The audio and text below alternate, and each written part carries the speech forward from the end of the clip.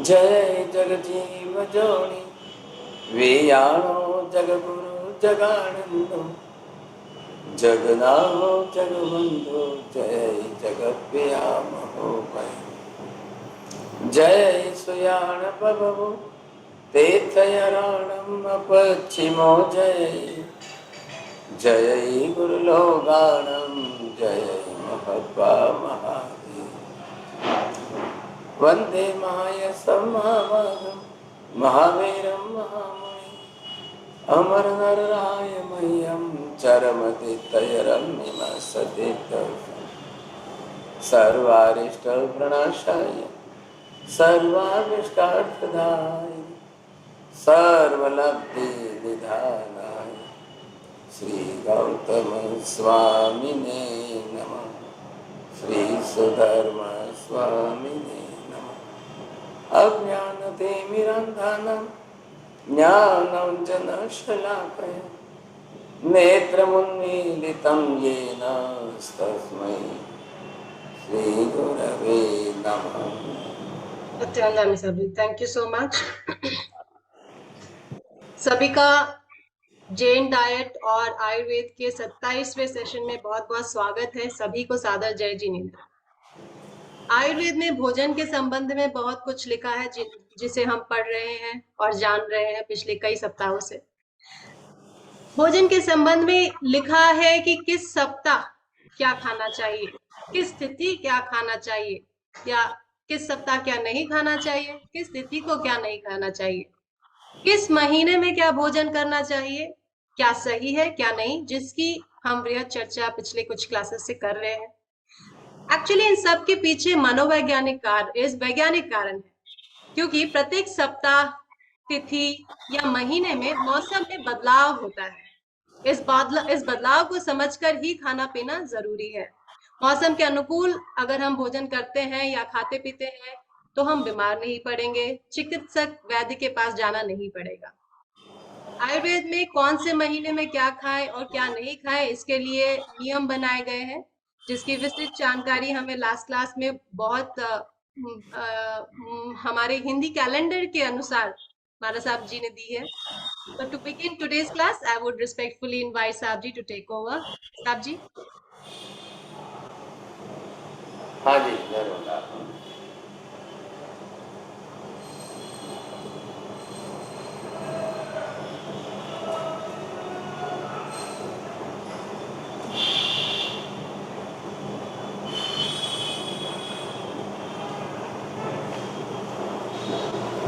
हाँ जी, पहला प्रश्न हम यहाँ पर ये उपस्थित कर रहे हैं कि आखिर बीमार कौन पड़ रहा है। शरीर बीमार हो रहा है कि शरीर के अंदर रहने वाला कोई बीमार हो रहा है। इन दो में से रोहित भाई क्या लग रहा है आपको?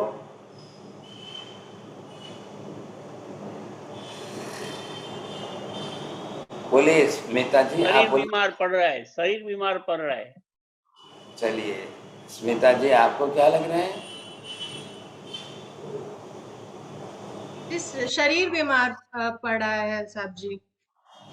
हाँ, अब आप सब लोग यही समझेंगे, लेकिन वास्तविकता क्या है? अंदर से आत्मा बीमार है। ये है बीमारी का स्थान, अशाता वेदनीय कर्म। आप देख रहे हैं ये कर्म का डिवीजन जो किया है, ये शाता, ये अशाता। तो अशाता के अंदर आपके पास कौन सी कर्म प्रकृति है?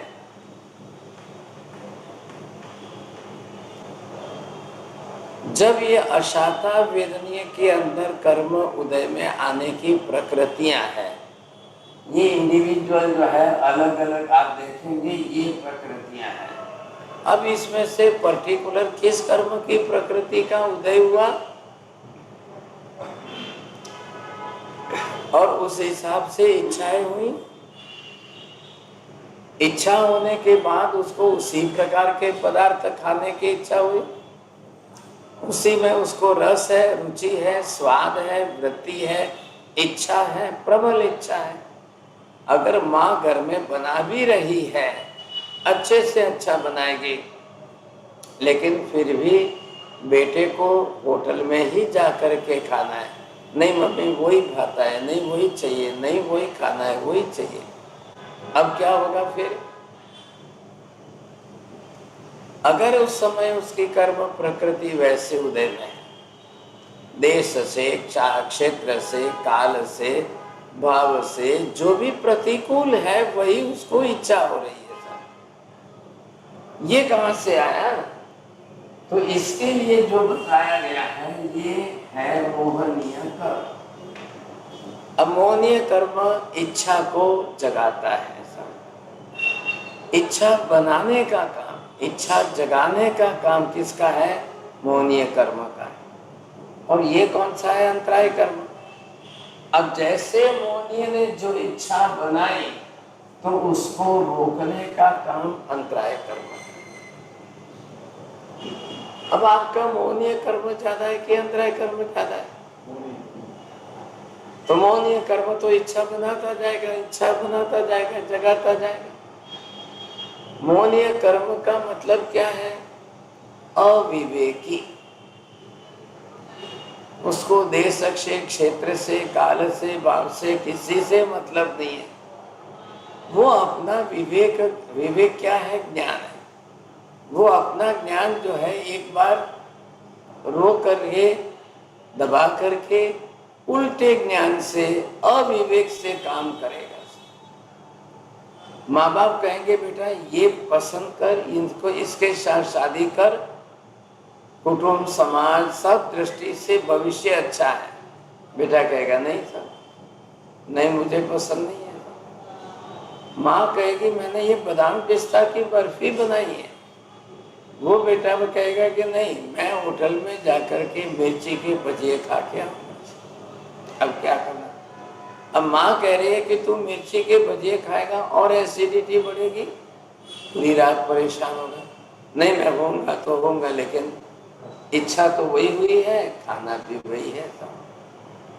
फिर फ्रेंड सर्कल इकट्ठे हुए, डबल खाया सब। 2 दिन परेशान हुआ, 2 दिन तक हैरान हुआ। क्यों हुआ? ऑलरेडी शरीर के अंदर एसिडिटी बढ़ी हुई है और खाया भी वैसा कि 2 और 4 गुनी बढ़ा है। लेकिन अब वो शुद्ध सही चीज तो नहीं खाएगा। चाय पीने से एसिडिटी बढ़ रही है और मने तो चाय वगैरह चाले नहीं, मने तो જોઈએ એટલે જોઈએ જ। तो ये कौन है? अब ये मोहनीय कर्म जो है, अब वो इच्छाओं को इतनी भड़का रहा है। और ज्ञानावर्णीय कर्म, दर्शनावर्णीय कर्म दोनों अलग हो गए। अब इधर ज्ञान दर्शन दोनों जो है, जब ये भी विपरीत हो गया, ये भी विपरीत हो गया, तब अविवेक जगता है। अब विवेक उसका नष्ट हो रहा है। विवेक के अंदर है ज्ञेय उपादेय का विवेक है। क्या छोड़ना है, क्या जानना है, क्या लेना है, क्या करना है, क्या नहीं करना है, ये विवेक बुद्धि नष्ट हो। तो अविवेकी कार्य पहले करेगा, और अविवेकी कार्य पहले करेगा तो इधर से अंतराय कर्म भी सामने तैयार बैठा है। कर्म कैसे है? आत्मा के लिए अरिभाव वाले शत्रु है। अगर बाप का कहा हुआ बेटा सही दिशा में न चले, उल्टा चले, विपरीत चले। बाप कौन है? जो भविष्य भी देख रहे हैं, समाज भी देख रहे हैं, परिवार भी देख रहे हैं, सब कुछ सोच समझ करके विवेक कर रहा है, वो पिता है। अब बेटे के पास इतना विजन नहीं है, वो समाज अभी कुछ समझा नहीं है। उसको तो उस समय क्या भाता है, उस समय क्या अच्छा लगता है, बात पूरी हो। मेरा इसके साथ नहीं पड़ता है, मेरा इसके साथ नहीं पड़ता है, नहीं पापा डाइवोर्स ले लो, चलो मेरे को तो नहीं रहना है। अरे बेटा समाज में बदनामी होगी, समाज, आखिर किसी की भी साथ शादी करो, कोई भी लाओ, सहन तो करना ही पड़ेगा। थोड़ा थोड़ा तो सहन करके ही जीना पड़ेगा। नहीं, नहीं मतलब नहीं, चलो डाइवोर्स। अब उसमें मेंटल हैरेसमेंट कितने वर्षों तक जो है स्ट्रेस और टेंशन में जीना, वो जा करके फिर यहाँ से अशांता वेदना खड़ी करें। जब आपका मानसिक संताप तनाव रहेगा तो शरीर में पित्त खराब होना ही होगा। वो पित्त बिगड़ने के बाद पित्त न हो वैसा खाना चाहिए, उसके पित्त की जो है बिल्कुल ट्रीटमेंट हो जाए वैसा आहार लेना चाहिए। लेकिन वो पसंद नहीं आएगा, उल्टा चलेगा। जब आपका पित्त विकृत हुआ है तो आपको लौकी, दूधी सिर्फ छाल निकाल करके मिक्सर में घुमा करके डायरेक्ट खाना, बिना नमक बिना मिर्ची कुछ भी नहीं डालते हुए, तो वो बॉडी का पीएच लेवल जो है वो एसिडिक से अल्कलाइन करता है, तो कोलेस्ट्रॉल भी मिट जाएगा, ब्लड प्रेशर भी मिट जाएगा और आपका दोनों का काम हो जाएगा, एसिडिटी बढ़ेगी नहीं।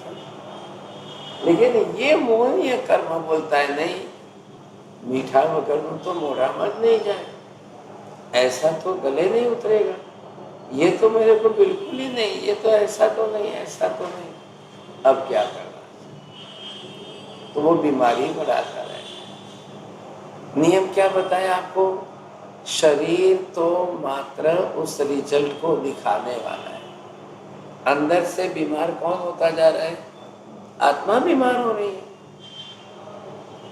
आत्मा की असर तो शरीर पर आएगी। आपने गैस पर टोप रखा, पानी रखा, दूध रखा, टोप गर्म होगा कि नहीं होगा, लेकिन आपको टोप गर्म करना है कि दूध गर्म करना है, तो आपको ये देखना है कि मुझे दूध गर्म करना है, टोप गर्म करने का उद्देश्य नहीं है। और जैसे ही टोप गर्म हुआ नीचे उतार दो तो क्या होगा, दूध तो ऐसे ही रहेगा। तो यहां पर ये कह रहे हैं कि अंदर से आत्मा बीमार हो, उसकी असर आपको शरीर पर दिख रही है। हम शरीर की ट्रीटमेंट करते हैं, आत्मा की कौन करेगा। अंदर से किस कर्म की प्रकृति का क्या करना है,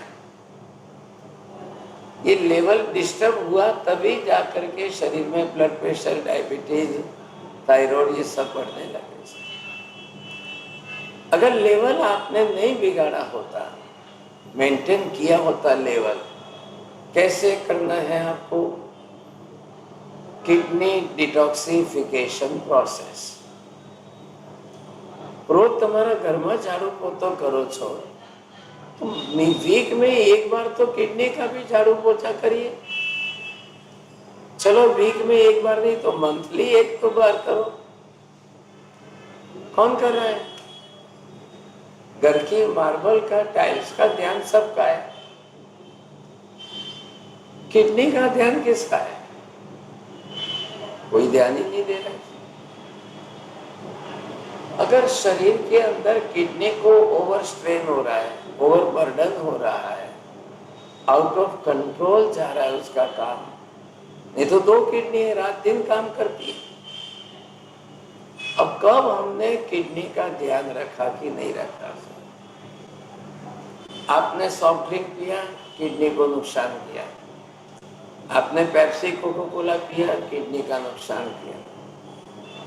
एक दिन आपने खाली किडनी के लिए निकाल के दिया कि आज मैं थोड़ा सा बार्ली वाटर ले लेता हूँ, 24 घंटे में कुछ भी नहीं खाकर आज किडनी के लिए मुझे सहयोग करना है। बार्ली वाटर, सुबह में बार्ली भिगो के रखा, दिन भर आपने पानी पिया, किडनी अपना फ्लश करती रही, तो एक किडनी अंदर से स्ट्रेन पकड़ी, मजबूत हो गई। हाँ साहब, ये मेरा ध्यान रखते हैं, महीने में 1 बार 2 बार ये किडनी की सफाई करते हैं, लेकिन घर का कोना साफ करते हैं, किडनी को कोई साफ नहीं। बार्ली वाटर, तो जौ को भिगो के रख दो, सुबह से उसी को भिगो के रखो, वो पानी पीते रहो।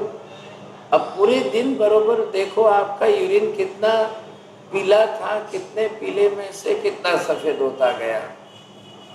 तो उसका पीलापन घटते घटते घटते घटते घटते पूरे दिन के अंदर आपका एकदम जैसा पानी पी रहे हो वैसा ही हो रहा है यूरिन। चलो डिटॉक्सिफिकेशन हो गया। अब महीने के अंदर एक बार आप अपना कोलेस्ट्रॉल का लेवल घटाएं। कोलेस्ट्रॉल भी शरीर के अंदर जमी हुई गंदगी है। यूरिक एसिड आपकी बॉडी में जमी हुई गंदगी है। एसिडिटी आपकी डाइजेशन सिस्टम में जमी हुई गंदगी है। शरीर को समझना बहुत जरूरी है। अब शरीर को न समझो और सिर्फ इच्छाओं को प्राधान्यता दो, और इच्छा को प्राधान्यता दे करके जिस समय जो इच्छा हुई उसी समय वो इच्छा पूरी करनी है। श्रीमंताई का नियम ये है, हर व्यक्ति जो अपने आप को सुखी संपन्न श्रीमंत समझता है तो वो तो बोलते हैं जिस समय जो इच्छा हुई उसी समय वही इच्छा पूरी कर। अब क्या होगा? तो कभी भी कोई भी इच्छा पूरी हो, कोई भी इच्छा जगेगी, कभी भी जगेगी। हमने दीक्षा ली, हम साधु जीवन में आए, हमारा कोई मोहनीय कर्म खत्म थोड़ी हो गया। इच्छाएं तो जगती है, लेकिन पचखान है। भगवान ने क्या किया? पचखान की व्यवस्था दे दी, आपको व्रत नियम दे दिए। रात को खाने की इच्छा हुई तो खा लेना, क्या नहीं? तो शरीर को एक दिन उपवास कराना ये शरीर के इंटरनल ऑर्गन के लिए बड़ा फायदे का। अंदर शरीर की एक मशीनरी है, तो जो मशीनरी की सिस्टम चल रही है, आप एक दिन उसको उपवास कराइए, तो वो जो एक दिन का उपवास है वो एक दिन की नहीं, शरीर की लाइफ बढ़ा रहा है। हम तो कभी एक दिन भी उपवास नहीं करते। रोज शुरुआत થઈ કે ખાવાનું છે, આજે આ ખાવાનું છે, આ ખાવાનું છે, और फिर इच्छाएं बीच में आ जाती। जो व्यक्ति इच्छाओं को प्राधान्यता देकर खाएगा वो बीमार पड़ेगा, और जो शरीर के सिस्टम देख करके खाएगा, फिर न्यूट्रिशन की सिस्टम को समझ करके खाएगा, वो बीमार नहीं पड़ेगा। ये सिस्टम है। अब इसका क्या करना, कौन ध्यान रखे? तो हैनीमैन डॉक्टर जो था तो एलोपैथिक जनक, लेकिन उसने होम्योपैथी का विकास किया। तो what he was saying that I am treating the patient, I am not treating the physical body. Because of that who is suffering from the disease, body is not suffering, the soul inside the body that is suffering. So should whom I treat, you see? Why should I treat the disease? I don't care about the disease, I don't bother about the disease. Who is suffering? Inside the body there is a soul. तकलीफ किसको हो रही है? Mentally upset कौन हो रहा है? Stress and tension किसका है? तब जाकर वो सोचता है कि नहीं नहीं नहीं नहीं, हमको जो भी कुछ करना है वो उस चेतन आत्मा के लिए करना है, शरीर के लिए मुझे रात दिन नहीं करना है।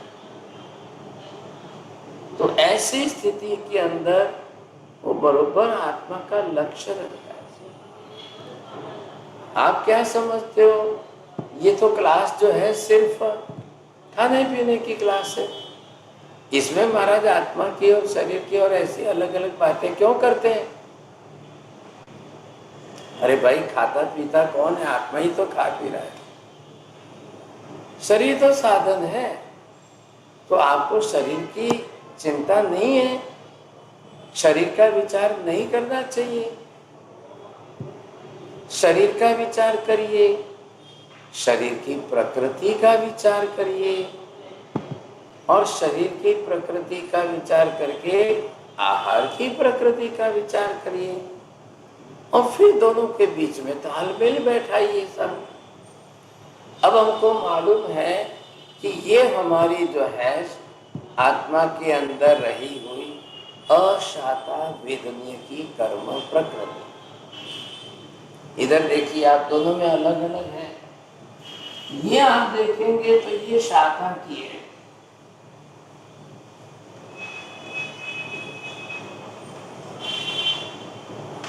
अब आप जो है अपना बैलेंस बनाइए। अशाता वेदनीय कर्म की प्रकृतियां ज्यादा है कि शाखा की कर्म प्रकृतियां ज्यादा है? अब शाखा की कर्म प्रकृति किसी की जो है 20% है और अशाखा की 80% है। तो अशाखा की जिसकी 80% है वो रोग बीमारियां बढ़ाएगी। ये इंसान 20% निरोगी रहेगा, 80% बीमार रहेगा। अब हो सकता है कि सबके परसेंटेज अलग अलग हो। अब ये प्रकृति किसी की जो है 40-50 है, अब ये जो है आपकी 60% है। तो ये व्यक्ति 60% ज्यादा बीमार रहेगा, 40% ही स्वस्थ रहेगा। अब किसी किसी की प्रकृति ये ज्यादा अच्छी है और ये 40% है, तो ये व्यक्ति अपनी लाइफ के अंदर ये 60% निरोगी स्वस्थ रहेगा, 40% ही बीमारी आएगी इसको। और ये व्यक्ति मान लो कभी विरुद्ध आहार भी किया, कभी देश विरुद्ध काल विरुद्ध, तो भी उसका कंट्रोल बना रहेगा। लेकिन अगर ये अशाता वेदनीय की कर्म प्रकृति के परसेंटेज काफी ज्यादा है, तो फिर आप जो है थोड़ा सा भी खाएंगे और परेशान हो जाओगे। आपने कभी सुना है ना, एक व्यक्ति ने थोड़ा सा दूध पिया और 10 बार लूज मोशन हो गए, और एक व्यक्ति ने 1 लीटर दूध पिया तो भी उसको लूज मोशन नहीं हुआ। क्या कारण है? एक ही वस्तु दुनिया में सब लोग खा रहे हैं, किसी को ऊपर से प्लस पॉइंट में फायदा हो रहा है, किसी को शरीर में और नुकसान हो रहा है, बीमारियां हो रही। तो ये जो अंतराय कर्म है, ये अंतराय कर्म भी आपके शरीर की प्रकृतियों में अलग अलग बैठा है। तो ये जो कब आपकी बॉडी को एक्सेप्ट करेगा? भोगांतराय कर्म। भोगांतराय कर्म खाने पीने की इच्छा पर चल रहा है, खाने पीने की प्रवृत्ति पर चल रहा है। लाभांतराय के अंदर आपको मिलेगा कि नहीं मिलेगा? उपभोगांतराय के अंदर रिपीटेडली आपको रोज मिलेगा कि नहीं मिलेगा? अब एक भाई साहब को रोज मीठा तो चाहिए ही चाहिए भोजन में। वो जब भोजन करने के लिए परिवार वाले कहते हैं तो पहला पूछता है, आज शू मिठाई छे, आज मीठा क्या देंगे आप मेरे को? तो परिवार से पत्नी ने कहा भी मीठा तो आज कुछ नहीं है, रोटी सब्जी दाल चावल रेगुलर है। अब वो बोलते नहीं नहीं, या तो आप सुखड़ी बनाओ या शीरा बनाओ, हलवा बनाओ, तो मैं भोजन करने बैठूंगा, नहीं तो नहीं बैठूंगा।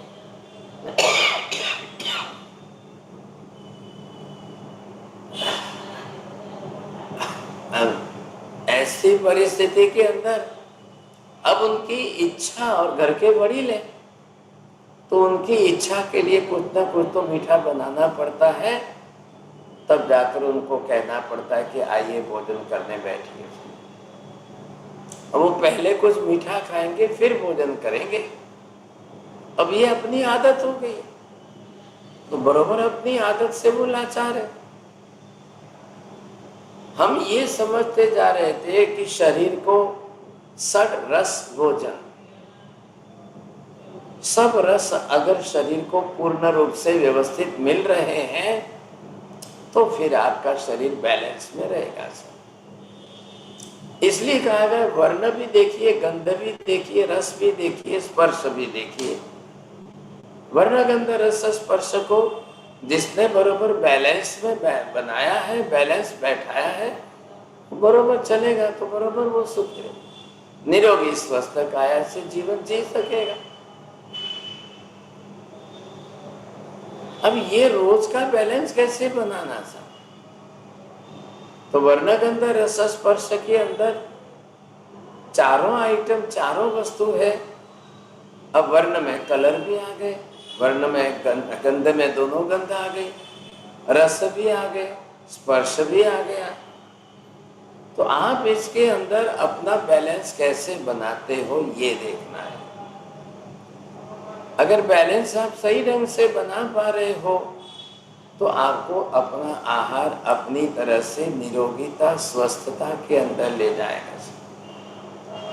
तो खाया वो पच रहा है कि नहीं पच रहा है? सबसे ज्यादा पाचन तंत्र बिगड़ता है वर्षा ऋतु में। सबसे ज्यादा पेट की बीमारियां, गैस्ट्रोएंटराइटिस की बीमारियां, एसिडिटी की बीमारियां, अजीर्ण अपच की बीमारी, डायरिया, डिसेंट्री की बीमारियां, लूज मोशन या कॉन्स्टिपेशन की बीमारियां, ये सब जो है वर्षा ऋतु की बीमारी। और वर्षा ऋतु के अंदर लोग अपनी तरह से जो है नियंत्रण कर पाते हैं कि नहीं कर पाते हैं, ये बड़ी समस्या है। कंट्रोल करना है अपने आप में। वैसे सब ऋतुओं की अलग अलग बीमारियां हैं।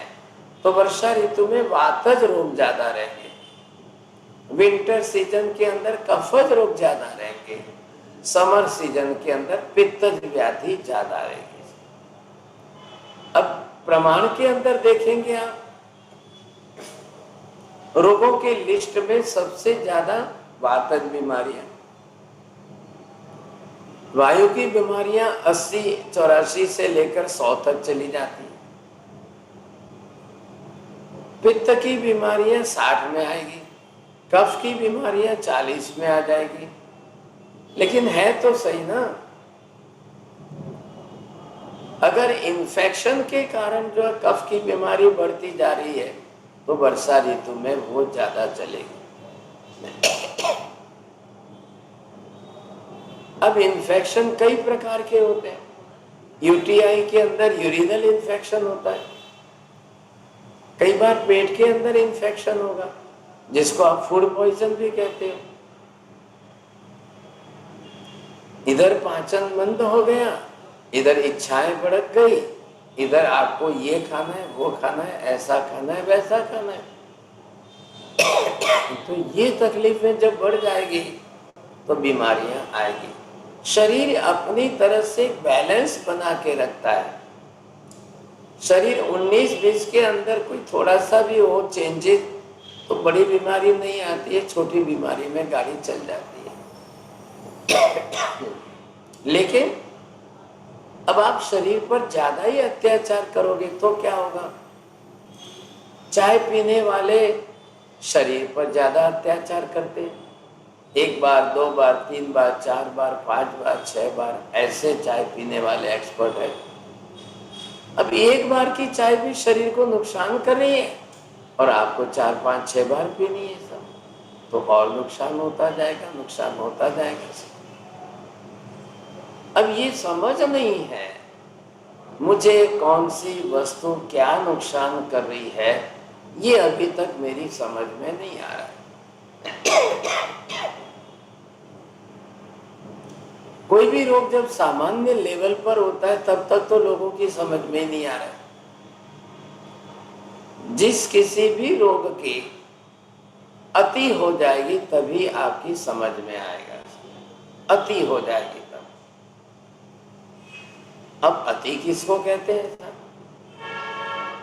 अति का लेवल सबका अलग अलग है। एक ही व्यक्ति के लिए हम एक ही व्यक्ति के लिए सब अति नहीं कह सकते। एक व्यक्ति के लिए जो सामान्य है वो दूसरे के लिए अति हो सकता है। एक व्यक्ति के लिए जो अति होता है वो शायद दूसरे के लिए सामान्य हो जाए, ऐसा हो सकता है, क्योंकि सबकी अपनी अपनी शरीर की प्रकृति अलग अलग है। बात ये है, आप अति कहाँ कर रहे हो, अति कब कर रहे हो? आपको नॉर्मल में नमक जो है 3 से 5 ग्राम लेना है और आप 30 से 50 ग्राम ले रहे हो, वो अति हो गया सब। और 30 से 50 ग्राम लेकर के भी बॉडी को आप टाइम नहीं दे रहे हो शरीर में से बाहर फेंकने का। सुबह में लिया, दोपहर को लिया, रात को खाया, सुबह में खाया, फिर खाया। जो अति का प्रमाण है, अब उस अति को आपने 3-4 बार ले लिया।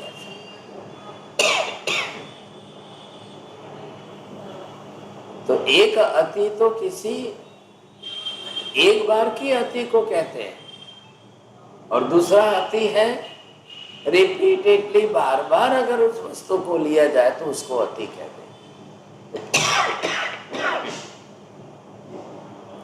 1-2 बार के अंदर शरीर एडजस्ट कर लेता है। आपने एक बार नमक ज्यादा खाया, चलो ठीक है, कोई हरकत नहीं, शरीर उस ज्यादा नमक को पूरी बॉडी में से घोलकर किडनी में ला करके छान करके नमक बाहर फेंक देगा।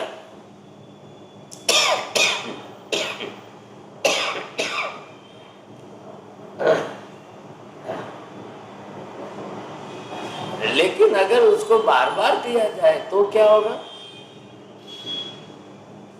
वही नमक आपने सुबह भी ज्यादा खाया, दोपहर में भी ज्यादा खाया, शाम को भी ज्यादा खाया, रात को फिर और ज्यादा खाया। अब क्या होगा? अब शरीर आपको माफ नहीं करेगा, तो शरीर फिर उसको जो है ज्यादा स्टोरेज नहीं कर पाने के कारण बीमारी में ले जाएगा आपको।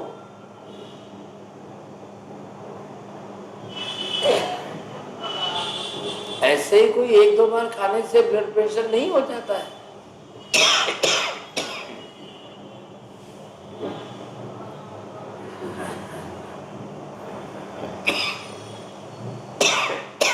तो ब्लड प्रेशर की आदत कब बनेगी? कि जब आपके खाने की आदत बार बार की बन जाएगी, तब जाकर वो ब्लड प्रेशर बनेगा। ऐसे 1-2 बार में तो खाने से किसी को पता भी नहीं चलता है। क्या फर्क पड़ गया? हाँ, सब चलता है, कोई हरकत नहीं, फर्क नहीं।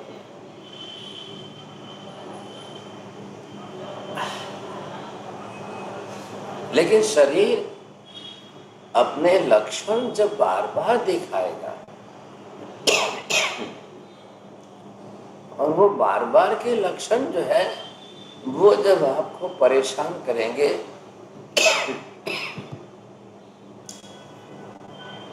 तब ख्याल में आएगा सब। जनरली जो है शरीर के अंदर हार्मोन्स का इतना जल्दी इम्बैलेंस नहीं होता है, लेकिन अब शरीर में केमिकल का प्रमाण अगर ज्यादा बढ़ता जाएगा तो वो 1 बार, 2 बार, 4 बार, 10 बार के बाद में फिर वो शरीर हार्मोनल इम्बैलेंस करके ही रहता है। अब हार्मोन्स का इम्बैलेंस होगा तो सबसे ज्यादा हार्मोनल इम्बैलेंस की इफेक्ट फीमेल बॉडी पर होगी। फीमेल बॉडी के लिए पूरी सिस्टम उसके हार्मोन्स पर चल रही है, लेकिन आप बार बार हार्मोन्स को इम्बैलेंस करते जा रहे हैं। अरे अभी नीचे यहाँ पर उतरो तो गन्ने का रस जो है फ्रेश मिल रहा है, लेकिन लोगों को वो फ्रेश गन्ने का रस नहीं पीना है। पेस्टिसाइड वाला गन्ने के रस को सुखाकर पाउडर बनाया, अब उसमें पेस्टिसाइड के केमिकल्स डाले, अब वो उसको पीना है। अब आजकल तो प्रोसेस फूड के अंदर तो यही आने वाला है। जितना ज्यादा आप प्रोसेस फूड यूज करते जाओगे, बॉडी के अंदर इतने प्रिजर्वेटिव और इतने केमिकल्स ज्यादा स्टोरेज होते जाएंगे। अब जब केमिकल इतने स्टोरेज होंगे तो कहाँ जाएंगे? आप तो जानते हो ना, सोडियम भी तो केमिकल है, सॉल्ट भी केमिकल आ गया है, आयोडीन भी केमिकल आ गया है।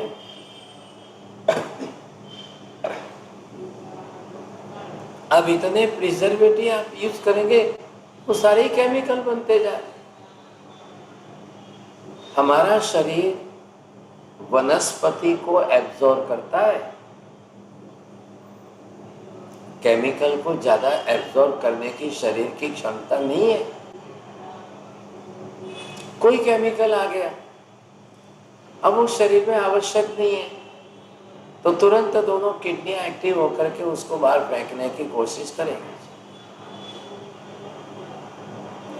अब शाक सब्जी, फ्रूट्स एंड वेजिटेबल्स आ गए, अब सबके ऊपर केमिकल आ गया।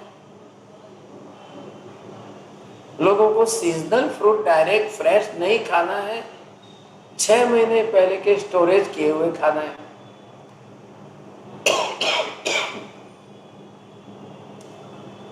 तो 6 महीने पहले के स्टोरेज है तो वो तो केमिकल वाले ही आएंगे, वो बिना केमिकल के नहीं आएंगे।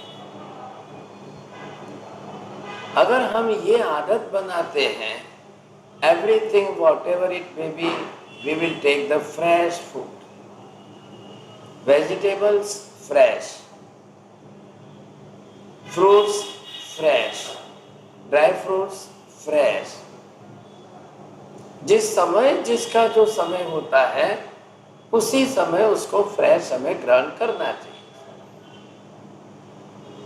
तो एक तो आप केमिकल से बच जाओगे, केमिकल से बचोगे तो आपके हार्मोनल का इम्बैलेंस नहीं होगा, दोनों तरफ से आप बच जाओगे, ये फायदा हो जाएगा।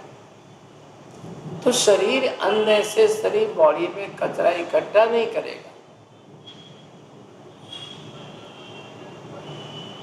किडनी को एक्स्ट्रा कचरा इकट्ठा होने पर तकलीफ होती है। यूरिक एसिड भी कुछ नहीं है, शरीर के अंदर जमा हुई गंदगी है। कॉन्स्टिपेशन भी कुछ नहीं है, लेकिन शरीर में जमा हुई गंदगी है, और वो 1 दिन 2 दिन शरीर के अंदर सड़ने लग जाए तो बीमारी पैदा करेगा ही करेगा। आयुर्वेद शास्त्र ने तो साफ कह दिया, सर्व रोगाणां मूलस्तु कुपितो मलः। सब रोगों की जड़ जो है वो सड़ा हुआ मल अंदर है। अब वो शरीर के अंदर मल सड़ रहा है तो वो फिर अपनी बीमारी बरोबर बताएगा, वो बीमारी बढ़ाएगा। तो ये हमें बरोबर ध्यान रखना है। अगर ये विवेक आ जाए तो बहुत अच्छी तरह से समझ लेंगे आप। ये मतलब हो गया कि रोज प्रतिदिन सुबह अगर हमारा पेट साफ नहीं होता है, हम नहीं खाएंगे।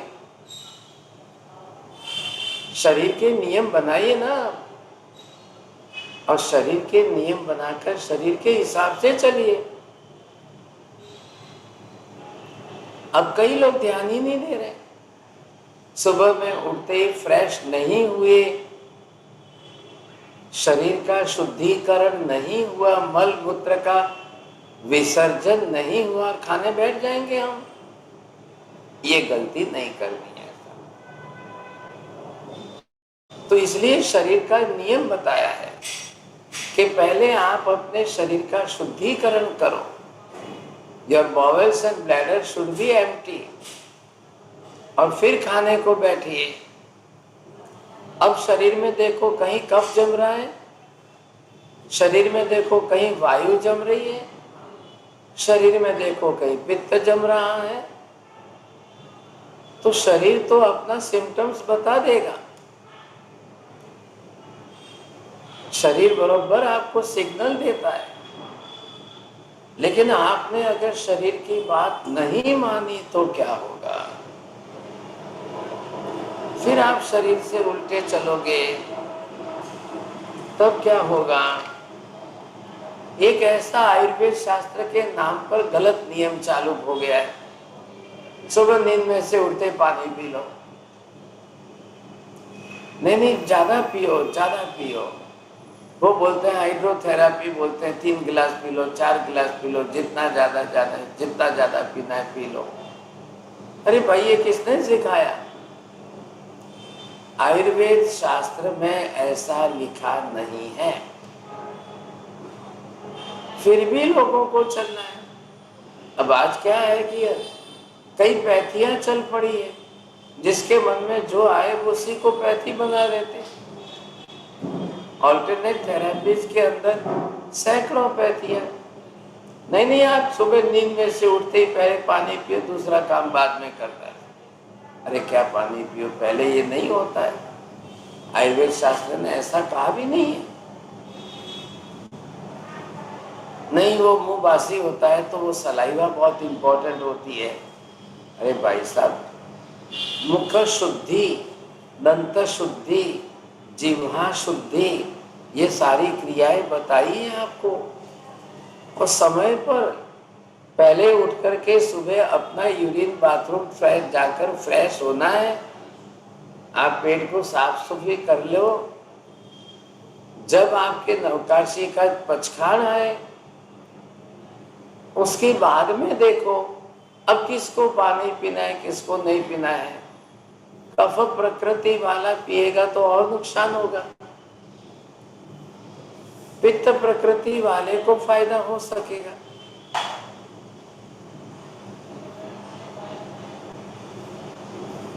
लेकिन वात प्रकृति वालों को जो है वो नुकसान कहाँ होगा, कब होगा, कैसा होगा। तो दोनों जगह पर आपको बात समझाई गई है सर। आप दंत शुद्धि, मुख शुद्धि आदि करिए। अब आजकल तो आपने भी सुना है ना, वो माउथ वॉश आया है, माउथ वॉशर आया है। क्या कमाल की बात है सब, ऐसी फालतू की चीजें। अब माउथ वॉशर को केमिकल के रूप में हम मुंह में डाल के फिर मुंह की शुद्धि करेंगे साहब, ये क्या है? आखिर केमिकल वाला है तो हमको तो ऐसी चीजें मुंह में डालना ही नहीं है। आपको पहले मुख शुद्धि, मुंह को साफ करिए, जीभ साफ करिए। देखिए जीभ के ऊपर मल जमता है, इसलिए टंग क्लीनर लेकर के हम जीभ साफ करते हैं। हम दंत मंजन करके दांतों की शुद्धि करते हैं। कंठ में, गले में या मुख में जहां पर आपका कफ जमा हुआ है, ये कंठ का, गले का, जीभ का, दांत का, ये सारा कफ से मलिन हो रहा है। इनमें सबके अंदर कफ जमता है, कफ के कारण मैला आता है। तो इसको साफ सफाई कर लो अच्छी तरह से सुबह। जब तक मुख शुद्धि नहीं हो, दंत शुद्धि न हो, जिह्वा शुद्धि न हो, वहां तक दूसरा खाना पीना उचित नहीं है। ये नियम दिया गया। धन्वंतरी भी कह रहे और वाग्भट ऋषि भी कह रहे, सब अष्टांग हृदय में भी कह रहे। लेकिन अब ग्रंथों के पाठ कोई नहीं समझता है, तो जिसकी जिसकी जो थेरेपी पैथी हाथ में आई वही लेके चल रहे। एक भाई साहब को जो है भूत लग गया दिमाग में कि रोज सुबह उठ के पानी पीना है, 4-5 गिलास पियो, फिर हर घंटे घंटे पियो। परिणाम ये आया कि उस भाई साहब ने अपने हाथों अपनी किडनी खराब कर दी। खुद ने होकर के अपने हाथों से किडनी खराब की और छोटी उम्र में किडनी खराब हो गई, और वो भी दोनों किडनी खराब हो गई। अब ट्रीटमेंट तो अलग रही, लेकिन वो सुधारना कर ही नहीं पाया। उसके दिमाग में, मेमोरी में ऐसा सेट हो गया, नहीं इतना तो पानी रोज पीते ही रहना, इतना तो पानी पीते ही रहना साहब। अब परिणाम ये आया कि छोटी उम्र में दोनों किडनियां खराब हो गई। अब क्या करना बोलिए साहब। अब फिर किडनी के रोगों के पीछे दवाई पीछ करने लगे। अब किडनी के होते होते डायलिसिस पर जाते हैं, डायलिसिस पर चलते चलते शरीर कमजोर हो गया, एक दिन मृत्यु पा करके चले गए सब। पानी का गणित बहुत ज्यादा अच्छी तरह से बैठाना पड़ेगा सब। हर व्यक्ति को सोच समझ करके पानी का उपयोग करना है।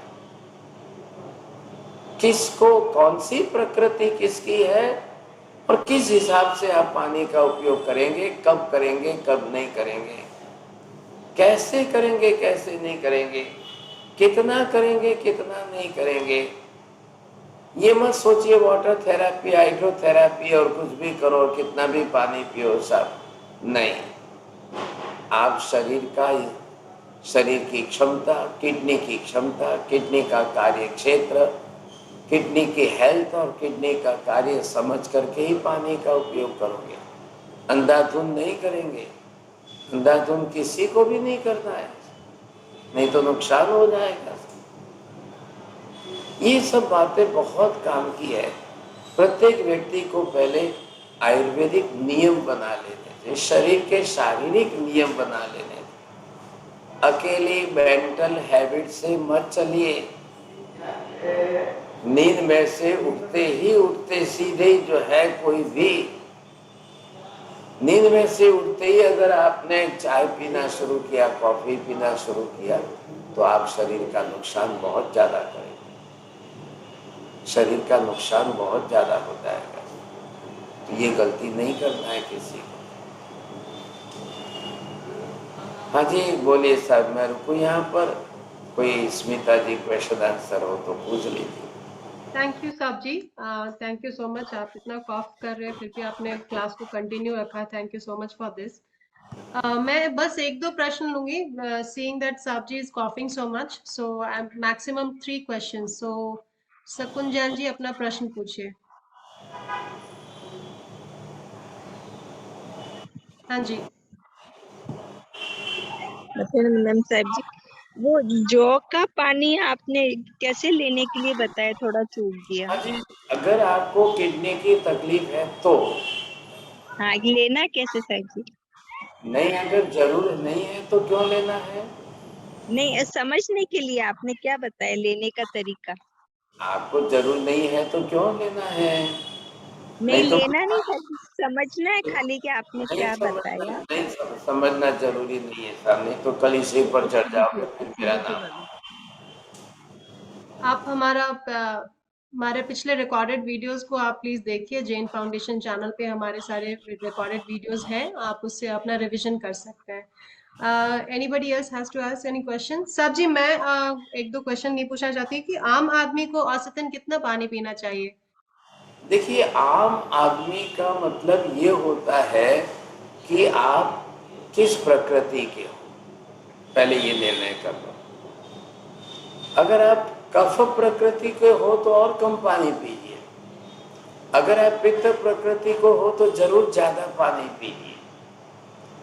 अब ये समर सीजन के अंदर 5 लीटर तक जा सकता है, विंटर सीजन के अंदर 2 लीटर ही आ सकता है, और रेनी सीजन के अंदर 1.5-2-3 लीटर तक आप अपना एडजस्टमेंट कर सकते हो। अब रही बात कंडीशन पर है कि आपकी फिजिकल कंडीशन कैसी है, यूरिन की क्वालिटी कैसी है। अब सुबह सुबह में आप अपना यूरिन एक कांच के ग्लास में लेकर देखेंगे कि उसके अंदर येलोनेस, डार्कनेस कितनी है। आपको सेल्फ जजमेंट लेना है कि बिल्कुल हल्दी के पानी जैसा डार्कनेस है तो आपका एसिड बढ़ा हुआ है।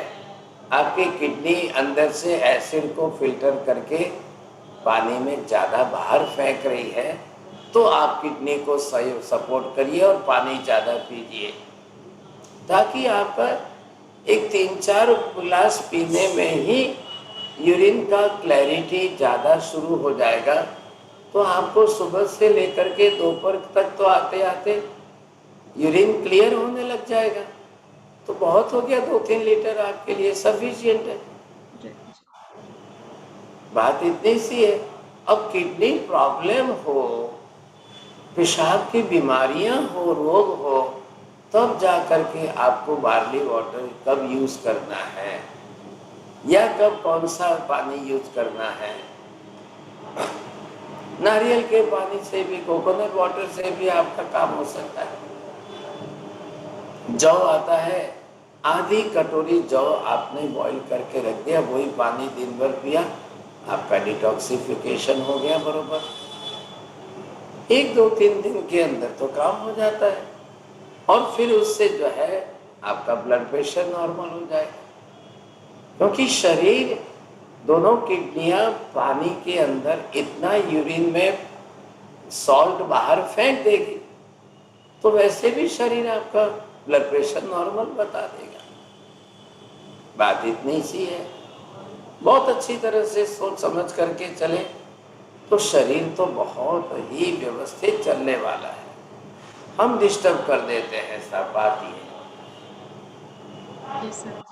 जी sir ji, thank you so much and we will not take any more questions, so we will stop the session now here with your permission. So मैं एक छोटी सी प्रार्थना के साथ कि जगत के सभी जीवों का मंगलमय हो, जगत के सभी जीवों का कल्याण हो, इस छोटी सी भावना के साथ एक प्रार्थना।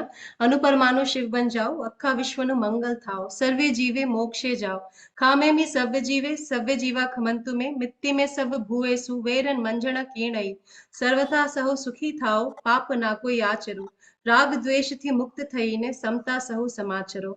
इस मंगल भावना के साथ सभी को सादर जय Jinendra. Thank you so much.